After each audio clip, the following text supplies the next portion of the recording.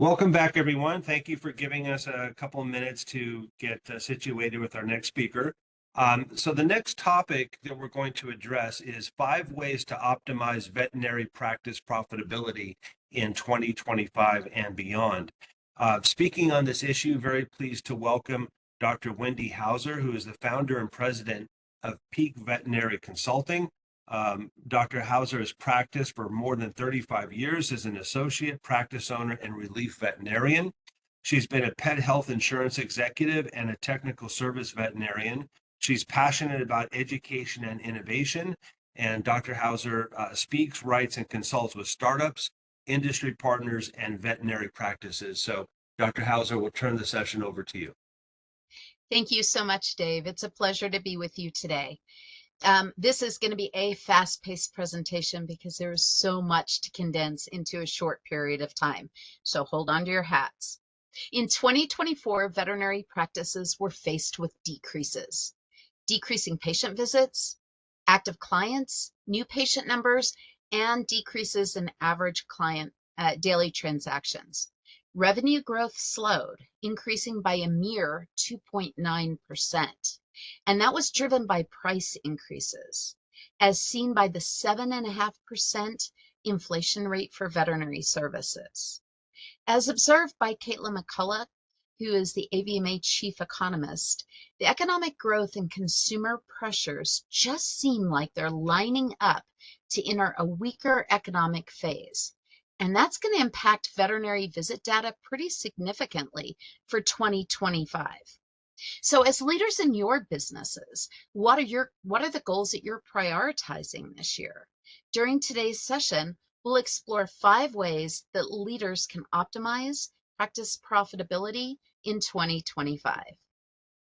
So my life experiences as a practicing veterinarian, hospital owner, veterinary business consultant, and in the animal health industry inform today's presentation. There are no conflicts of interest in my professional disclosure.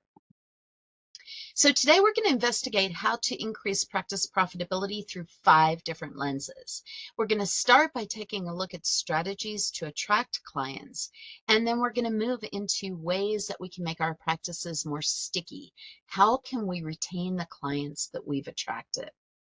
Then we're going to discover why veterinary team engagement is crucial in optimizing practice profitability, also why this is so overlooked. The 4th lens we'll look through is to investigate ways to elevate the role of the credentialed veterinary technician in practice, and then we'll wrap up this session by identifying and capitalizing on missed service opportunities. So the session's first learning objective, client acquisition, centers around the emotions in the Maya Angelou quote that's on the slide. How does this translate into veterinary practice? Let's look at the differences in transactional and relational interactions and the role that they play in client acquisition. A transactional interaction is devoid of a personal connection, and it occurs when the person involved is merely going through the motions to complete the encounter. It's economical and a short-term interaction. Now, in a veterinary practice, a transactional interaction might occur when a client asks a question and receives a reply that does not acknowledge them as an individual. There's no attempt to establish common ground, and typically no attempt to identify a client's needs beyond a superficial level. Clients feel underwhelmed, unimpressed, and disregarded. A relational interaction is built when a team member establishes rapport with a client. The needs of the clients are identified by eliciting their perspectives. The client feels that the team member, and by extension the practice, truly cares about them and their pet. They feel validated in their decision to interact with the practice, and they experience a sense of connection, which is the first step in bonding clients to your practice. Now, relational interactions are key in bonding clients and converting your current clients into brand advocates, which, if I have practitioners out there, you're probably not familiar with that term. Brand advocates are people that talk about your business positively and start referring your services to their friends and family.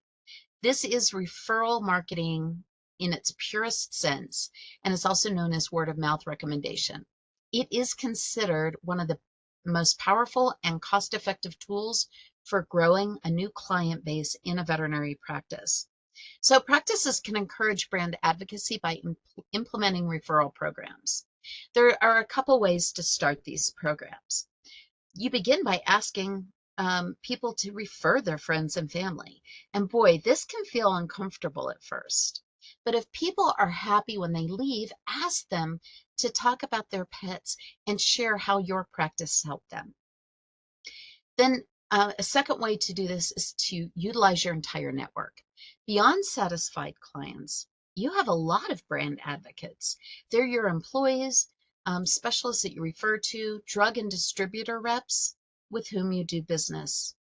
After a break-in at my hospital, the police officers assigned to investigate became amazing brand ambassadors. Who knew?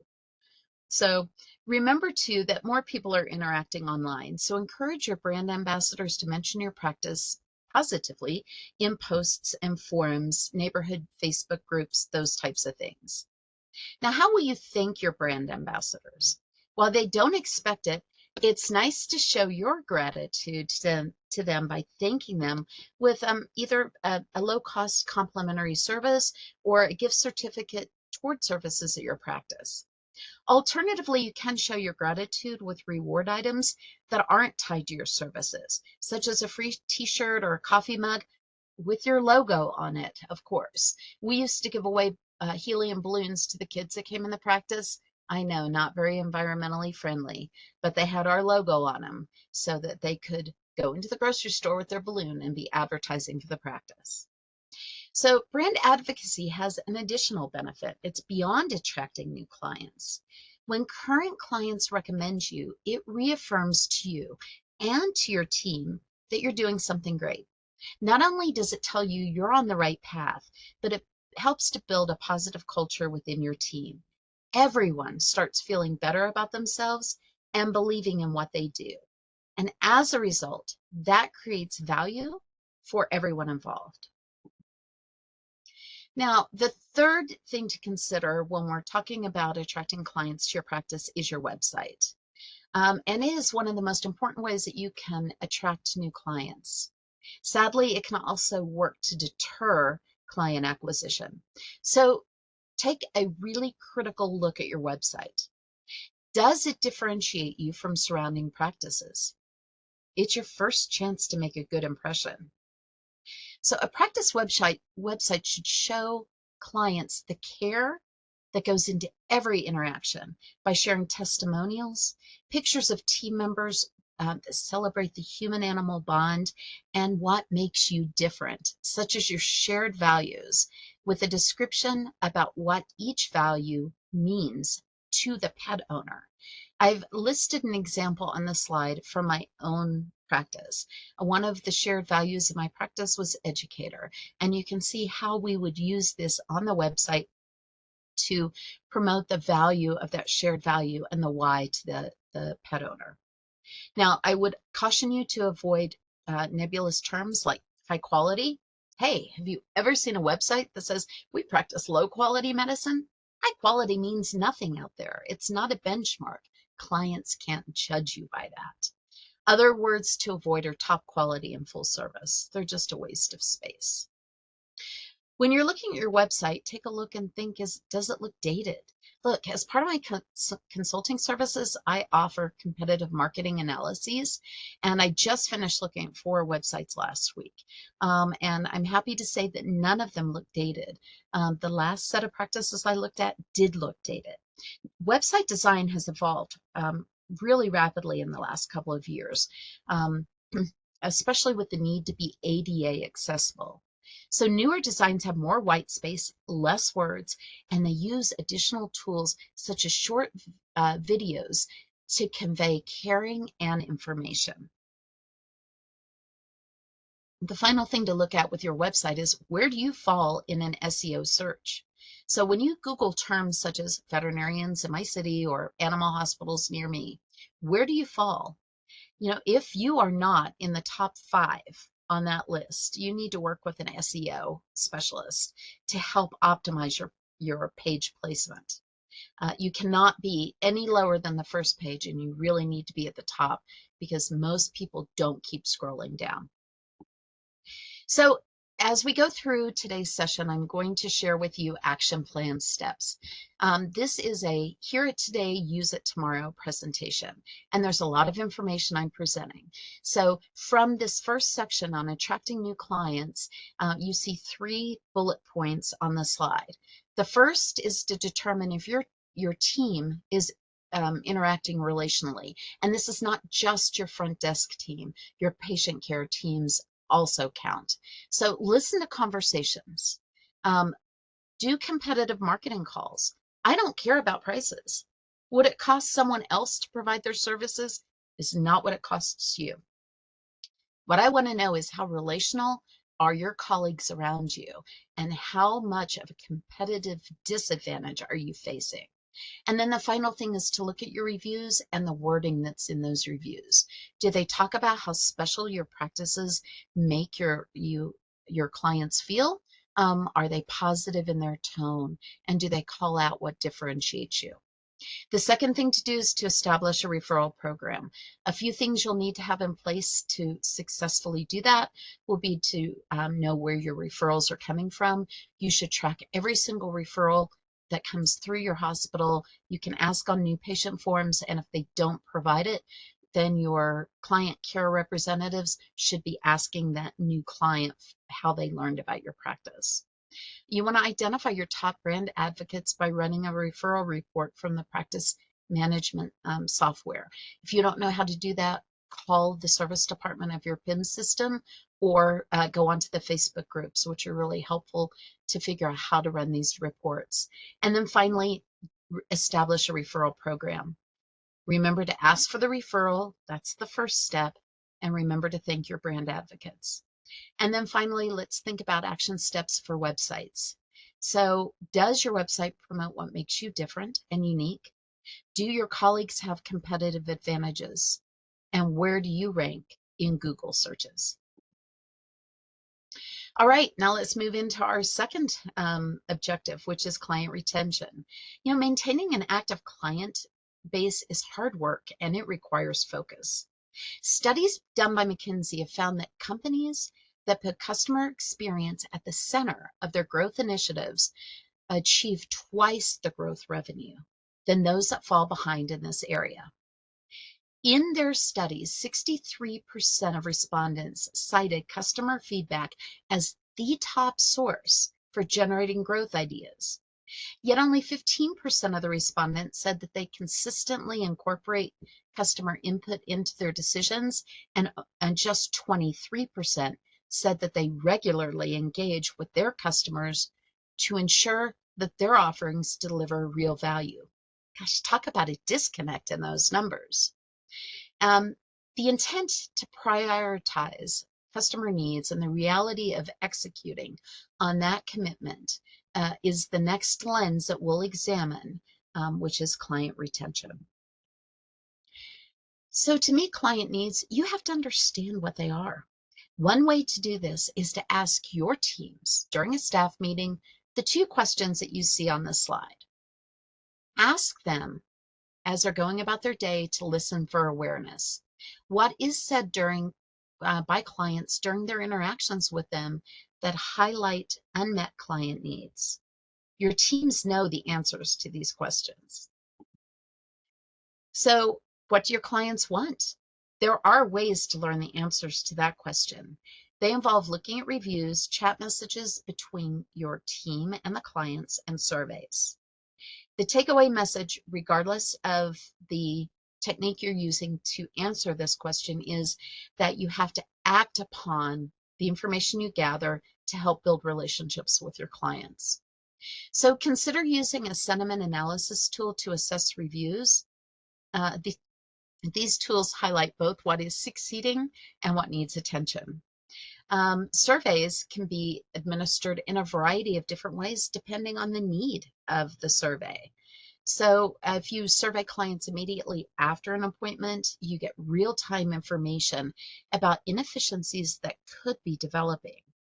It allows hospital leadership to respond to clients' concerns proactively and work together with a client to create a positive outcome and to make sure that that client feels heard. This is also a great way to head off negative reviews. Client surveys can also be employed during select business cycles, such as the introduction of a new hospital initiative. Examples of this could be changing in hospital hours. A lot of hospitals have stopped offering Saturday hours, or the introduction of wellness plans. The goal is to learn what's working well and what can be better. By eliciting client perspective, practice leadership is working in partnership with clients to have co-created outcomes. And annual surveys are excellent tools to highlight year-over-year client satisfaction trends. Now, what clients value is often confused with what clients can or will pay for services.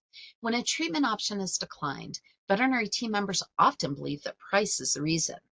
Yet a study found that only 2 out of 10 clients refused care because of cost.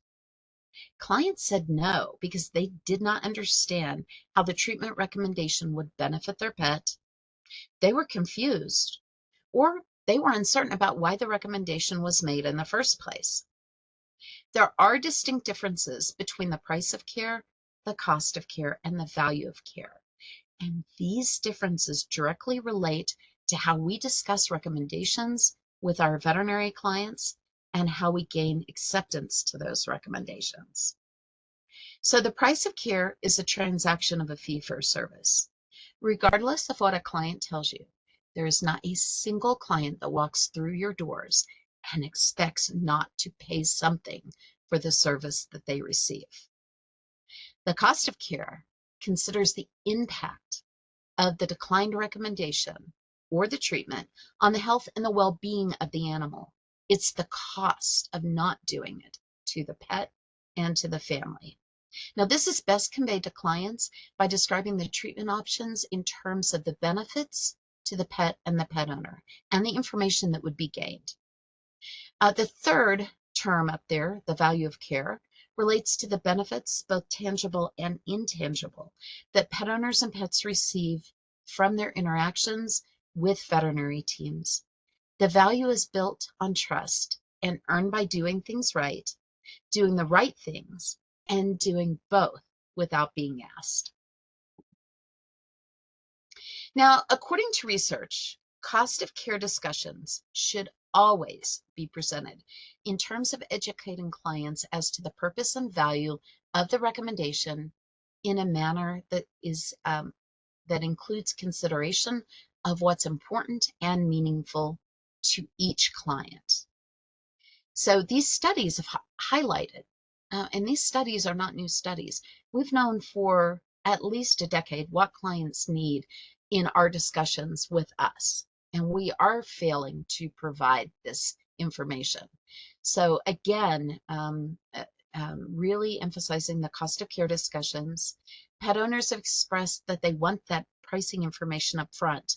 In studies, it was found that both experienced pet owners and those new to pet ownership wanted to have proactive discussion about anticipated care prices.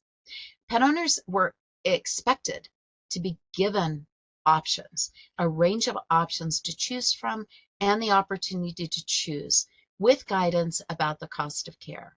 And then finally, pet owners do want to have their decisions regarding their pet's care respected without judgment. It needs to be a safe space. So what are our action steps, some tactics that we can employ to help make our practices stickier? The first is to create a mechanism to capture and to act on client feedback with sentiment analysis tools, surveys, and by training your teams to listen for awareness so that what is heard can be used to design programs that meet client needs. The second tactic is to focus on how the team makes treatment recommendations. So this is communication training. Explain treatment options in terms of the cost of care so clients understand how the recommendations will benefit their pets.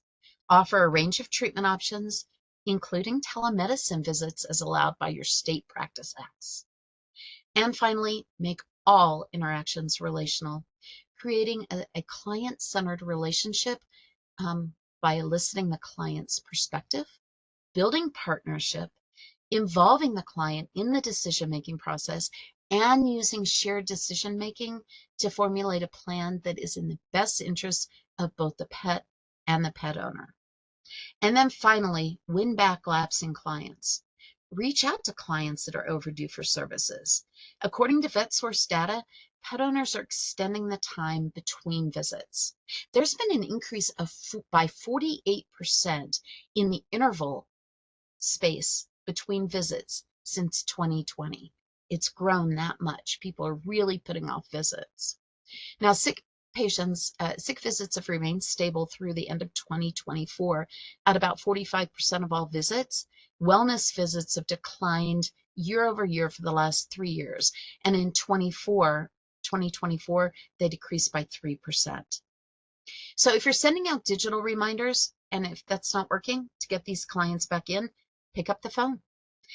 Research has found that 78% of pet owners that receive a digital reminder schedule an appointment within 30 days of a follow-up phone call. And the call should focus on the well-being of the animal and the concern that the team member has for the pet, which may not be adequately protected, especially with the fall in wellness visits, may not be adequately protected against diseases, and the fact that when we miss those routine visits, we sacrifice the opportunity to detect diseases early and intervene with better results. Our third learning objective is to discover how employee engagement impacts productivity and profitability. Employee engagement, not everyone may be on the same page with this term. So defined, it is the cognitive, physical, and the emotional energy invested by an employee in a work role. Now, employee engagement is important because employees make decisions and take actions every single day that can affect your organizational effectiveness and workplace culture. And without employee engagement, there is no team engagement, and that makes it more difficult to improve business outcomes. So on the slide, you see 3 different ways to classify employee engagement. Let's take a look at each of these. The first is engaged. Now, Gallup defines employee engagement as the involvement and enthusiasm of employees in both their work and their workplace. Engaged employees are psychological owners. They are drivers of high performance and innovation, and they move the organization forward by building up their coworkers and having strong relationships within the organization. It's estimated that a mere 32% of employees fall within this classification. Now, disengaged employees are psychologically unattached to their work and to the practice. Because their engagement needs are not being met, they're putting in time, but no energy or passion into their work.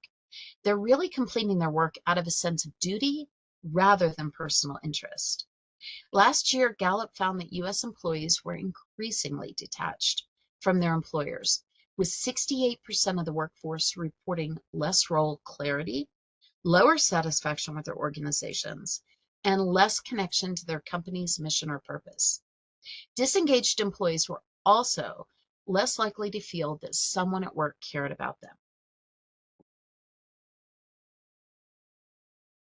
And then our final category are actively disengaged employees. Of the 68% of disengaged employees, 16% are actively disengaged in the U.S. These are team members that aren't just unhappy at work, they're loudly unhappy at work. They're resentful that their needs are not being met, and they act out their unhappiness.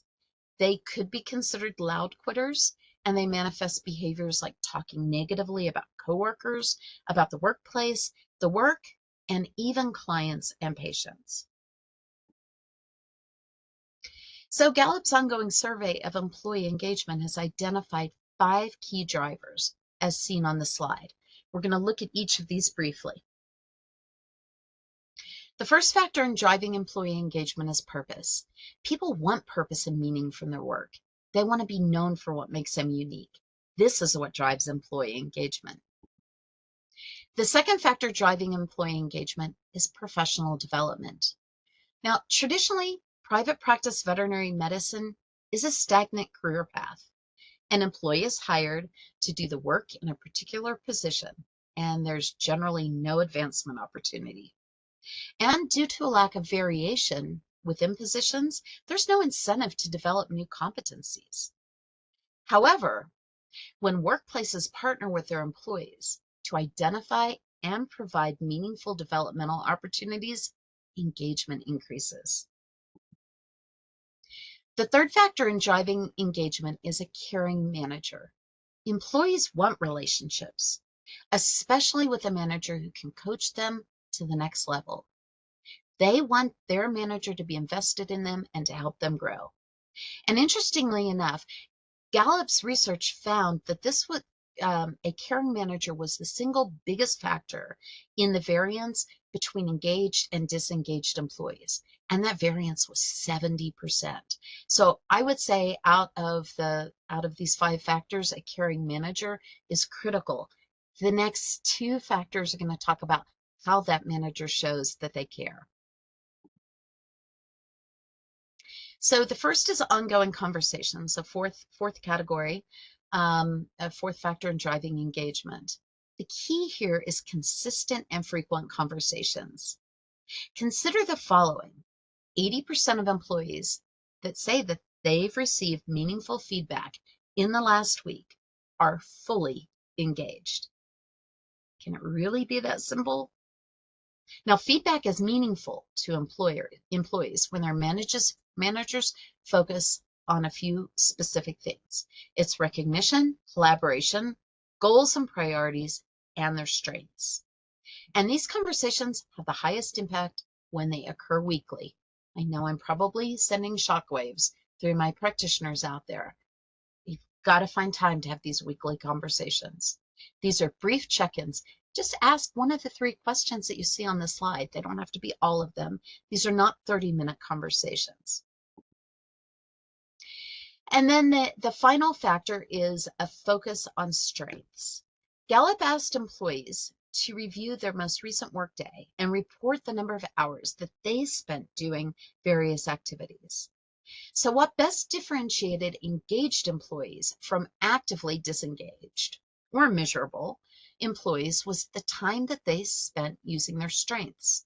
Engaged employees spent about 5 times as much of their day using their strengths compared to what they did not do well, whereas miserable employees spent about equal time on their strengths and their weaknesses. So think about the members of your team. There are 3 questions on the slide. How can you design their work to help engage their strengths? There are a few other ways that you can help to identify strengths and build on strengths, and help your team members to recognize their superpowers. I recommend teams complete Strength Finders, which is an online assessment tool. This helps employees not only recognize their own strengths and how they can use those to increase engagement, but also identifies and appreciates the strengths of their teammates and how they can be leveraged within the whole organization. So some different areas that you could work on to help increase employee engagement is first understand what your level of engagement is. That Gallup's survey and those statistics I shared looked at over 15,000 different companies in the US. I have no reason to believe that, and healthcare was one of the silos that was looked at, not veterinary medicine per se, but I have no reason to believe that veterinarians are any different and veterinary practices are any different than the statistics that we saw. So it's important to know your starting point and then to have some tools to increase engagement. So some tools that will help you do that are Gallup's engagement survey. There's also Culture Amp, Darwin Box, and Quantum Workplace.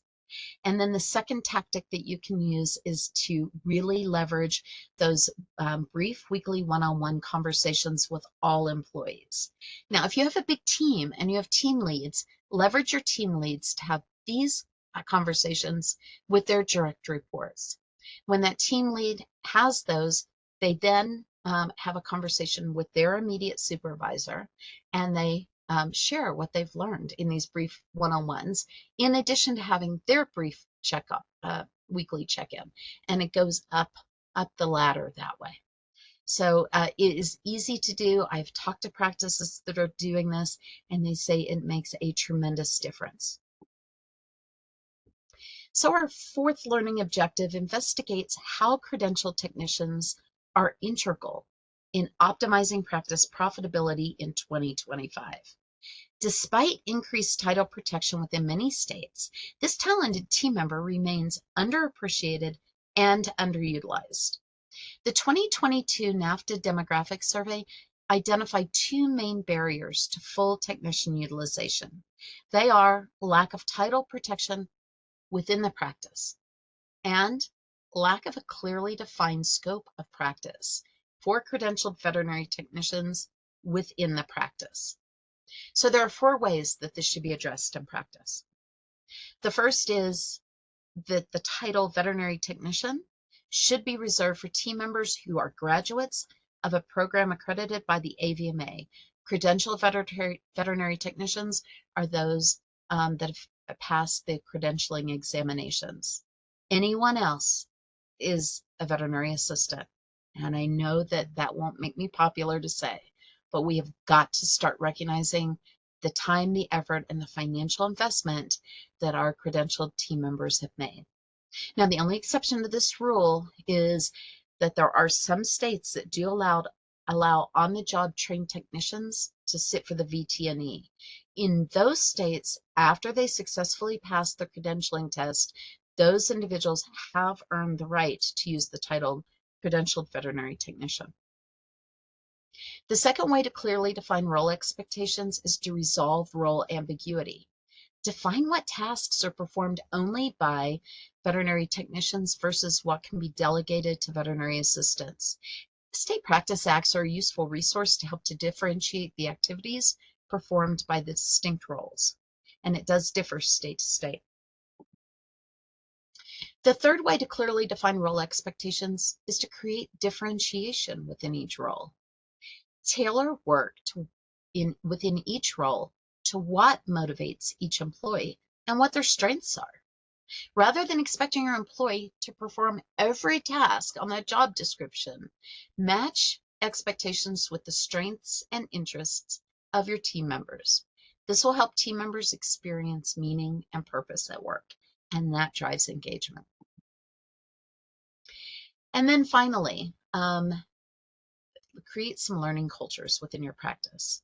In most veterinary practices, there's no opportunity for advancement within a position. And this stagnation is a driver for workforce attrition. So the antidote is to create pathways to growth within every position in a hospital. You design these levels, as you can see the example for credentialed technicians on the slide. You design the levels for every position with specific goals to be met before team members can advance to the next tier. Transparently and clearly outline increases in pay and benefits associated with these new stages. Now, there are outcomes, positive outcomes of this process, and they include increased employee engagement, development, and autonomy, because the individual can decide if they want to advance or if they're satisfied with their current role. So how do we elevate this role in practice? Well, when we're expanding the roles of veterinary technicians in practice, it's critical that training and upskilling occurs. The 2023 AHA Utilization Guidelines and Toolkit offer an easy roadmap, providing support to credentialed veterinary technicians and guidance to their leadership teams. So I've provided the link on the slide, and there's a beautiful toolkit and resource. Identifying and capturing missed service opportunities represent the final way to optimize practice profitability. Often minimized in practices is an emphasis on preventive care. Wellness visits, as we've discussed, comprise 25% of visits, and they have decreased over the last 3 years. Part of the reason that visits are dropping is the disconnect between what clients consider preventive care when compared to veterinary professionals. One study identified that pet owners believe preventive care is what they feed their pet, how they exercise their pet, and the love and attention that they give to their pet every day. In stark contrast, when veterinary professionals were asked, they responded with all things medical: regular physical examinations, vaccinations, preventive medicine, dental care, surgical alterations. This study also then went back and asked pet owners who was responsible for preventive care. Well, they responded that pet owners were responsible for 81%, and that makes absolute sense when you look at their definition of preventive care. That means that veterinarians are responsible for a paltry 19% of preventive care, which isn't much. So, how do veterinarians become the preferred and appropriate partner of owners in providing preventive care for their pets? I suggest that we begin by paying attention to what our clients tell us they value. Address things like exercise and nutrition and the why behind the recommendations with the clients so that they can see the value of preventive care. Now, according to an AVMA study conducted in 2021, 24% of dog owners and 35% of cat owners don't bring their pets in for routine annual care. And I will tell you, I suspect that number is dramatically higher now.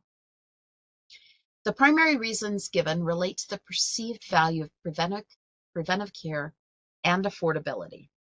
Clients have expressed the need for an easy-to-follow schedule of wellness services provided in a budgeted manner since at least 2011. A recent study found that 26% of the largest population of pet owners, the millennial generation, expect that veterinary practices offer subscription-based care. Despite these requests, only about 14% of privately owned practices in the US offer wellness plans. And interestingly enough, guys, it's significantly higher in corporately owned practices. Almost every corporately owned practice has some form of subscription-based care. So there are ways to help simplify ongoing pet care needs, and these include wellness plans, which are a bundle of preventive care services designed to meet the needs of the pet by life stage, and they're paid for in budgeted monthly installments. Now, like wellness plans, chronic disease bundled care distributes a cost of the medications, diagnostics, and treatments for chronic illness over the course of 12 months. And that allows owners to budget for that care. It helps to smooth out those expenses. So why is this important? Well, given that there has been a 38.5% inflation rate in veterinary services cost over the last 5 years, these both wellness plans and chronic disease bundled care represent strategic opportunities for the vast majority of privately owned practices. So this is something to definitely put on your roadmap. Now, I never want to be the veterinarian that's asked, why didn't you tell me about this? Those words are truly a knife to my heart. When pet owners understand the why behind the recommendation, they become informed and they're empowered to make the best choice for their pets. As noted earlier in the presentation, pet owners expect to be offered a range of options and given the opportunity to choose. They want to have their decisions regarding their pet's care respected without judgment. And it is worth repeating that in order to accept recommendations, clients need to understand how the service or the diagnostic would help their pet, both in short-term benefits and long-term gains. What is the cost of the declined recommendation to the pet or the pet owner? So the bottom line is, if you're having a lot of declined recommendations in your practice, it's likely due to a failure to fully explain the recommendation and why it's important to the pet. and it's not due to other factors such as cost. And if this is what you're experiencing, it indicates that retraining of the entire team is needed to convey the value that you bring to the pet and the pet owner. So we have a couple of different slides here for action plans. The first, I'm sorry, Wendy, if we could finish up in the next minute or two, that would be yep, great. yep. So the first is understanding what it costs you to provide your services. You can talk to veterinary accountants, veterinary consultants, or profit solvers to help you figure this out. And then you can design wellness plans. There's a couple of resources on the slide. Finally, think about creating consistency in your medicine by having treatment guidelines. Training of your animal healthcare team should be an ongoing effort. Don't have every single product to treat every condition on your shelves. Be selective and have one, maybe two products for a condition. And don't forget to do those medical record reviews prior to the visit.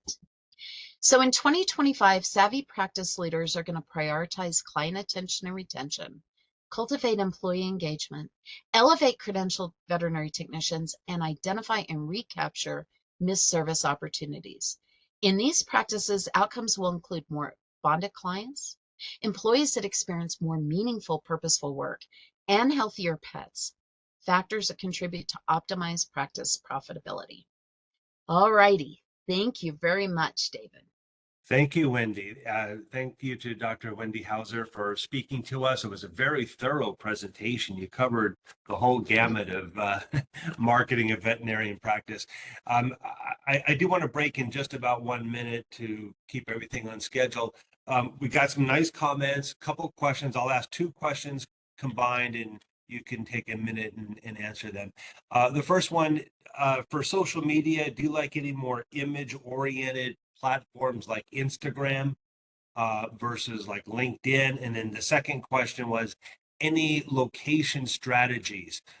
Does it help to locate next to a school, for instance? For the location strategy needs to be demographically driven. So I would recommend that you work with a tenant representative broker that will navigate and negotiate on your behalf. They can also provide some demographics, and that you hire a demographic company.